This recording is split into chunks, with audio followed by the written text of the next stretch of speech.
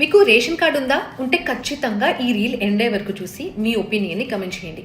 Central government and state government కలిసి ఈ సంక్షేమ పథకాన్ని అమలు చేస్తున్నాయి. ఈ విషయం మనందరికీ తెలుసు.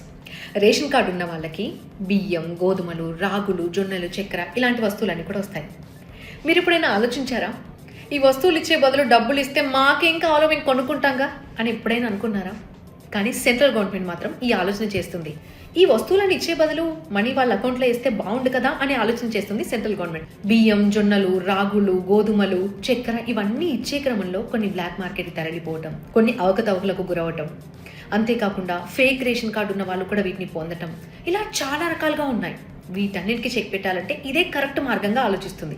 సెంట్రల్ గవర్నమెంట్ తీసుకున్నటువంటి ఈ డెసిషన్స్కి తెలుగు స్టేట్స్ ఓకే చెప్తే గనక ఖచ్చితంగా మీ అకౌంట్లో మనీ పడే ఛాన్సెస్ ఉంటాయి. అంతేకాదు కొన్ని స్టేట్స్లో ఇది ఇంప్లిమెంట్ చేశారు కూడా.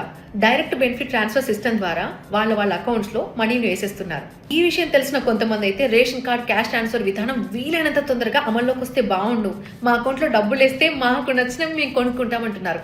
ఇంతకీ మీకు డబ్బులు కావాలా, వస్తువులు కావాలా? మీరేమనుకుంటున్నారు? మీ ఒపీనియన్ ఏంటో కమెంట్ సెక్షన్లో మెన్షన్ చేయండి.